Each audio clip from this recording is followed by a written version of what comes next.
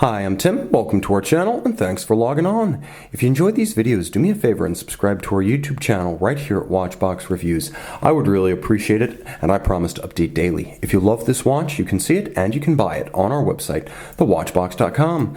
Well, today we're discussing the best option in Portuguese perpetual calendars for smaller wrists or those with a taste for more moderately sized watches. It's still oversized for a dress watch, but this is an IWC Perpetual Calendar 5022-13, part of a 4-year model run in which IWC tested a 42.2 rather than 44.2 millimeter case on the Portuguese Perpetual Calendar. So a short run, a more wearable size, and perhaps a better arrangement for those of us who don't quite dig the 44 plus. The watch in rose gold is easy to wear on my 16 centimeter circumference wrist, and you can see, especially close hauled right here, it's 51 millimeter lug-to-lug span. Given the curve of those lugs, wears quite easily. I can recommend it for a wrist as small as 14.5 centimeters in circumference. It's still basically as thick as the 44 millimeter watch, so it appears a bit chunkier in profile. At 15.9 millimeters, though, it's no thicker. The spacing between the lugs is 22 millimeters, so though it is a smaller Portuguese Perpetual Calendar, it does have a broad modern stance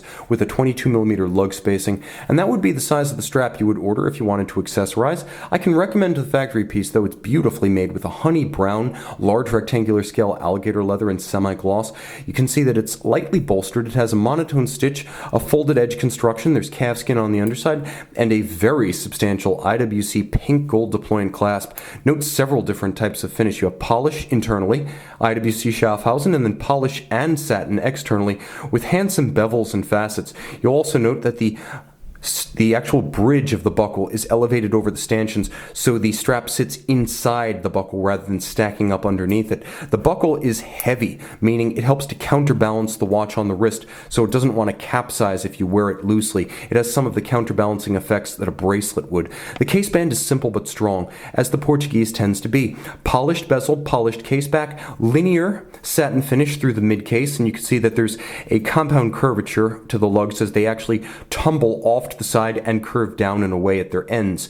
They arc around the wrist, and you can really see how it's a bridge that arcs from side to side over your wrist. There's a little bit of a concave profile to the case back and a concave profile to the bezel to visually pair the mass of the watch, and you can see vertical satin finish between the lugs, so if the strap does brush the case, it doesn't visibly mar the case.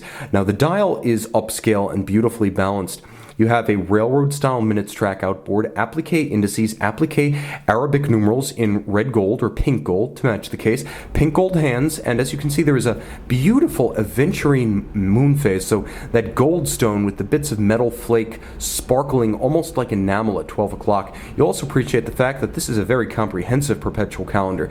Day, date, month, year, decade, century, millennium, and you'll note a power reserve indicator for 7 days of reserve de marche and constant seconds at 3 o'clock and 9 o'clock respectively. Also appreciate the use of large sector style power reserve scale at 3 and a railroad style constant seconds at 9. The leaf style hands or foy style hands are true to the original Portuguese of 1939, and there is a Kurt Claus mechanically programmed perpetual calendar, and if you simply pull the crown out and start making adjustments, everything moves in sync. The moon phase, the day, the date, the month, the year, the decade. So you just have to adjust the current date for the year and the month you're in. Just adjust the date, just like adjusting a Rolex that has only a date, and everything moves in sync. You never have to look up the moon phase or the other dates. It is mechanically programmed until the year 2100. The brainchild of IWC watchmaking great Kurt Claus.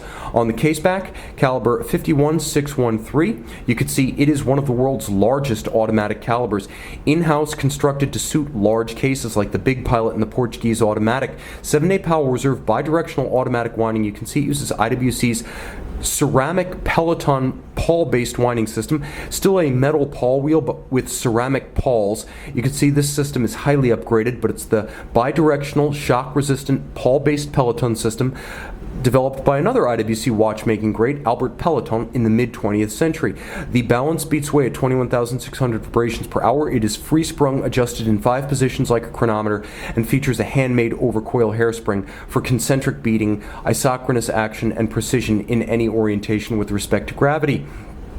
This movement is beautifully executed with a solid gold medallion inside of the skeletonized winding mass, and as you can see, it is a 62 joule, robustly complicated compound complication with the 7-day oversized automatic base, 30-meter water resistance, and the Kurt Claus Perpetual Calendar system on the top. All the toys. It even features stop seconds, so this watch, which can measure immense spans of time, can also be set precisely to the second against an atomic clock reference.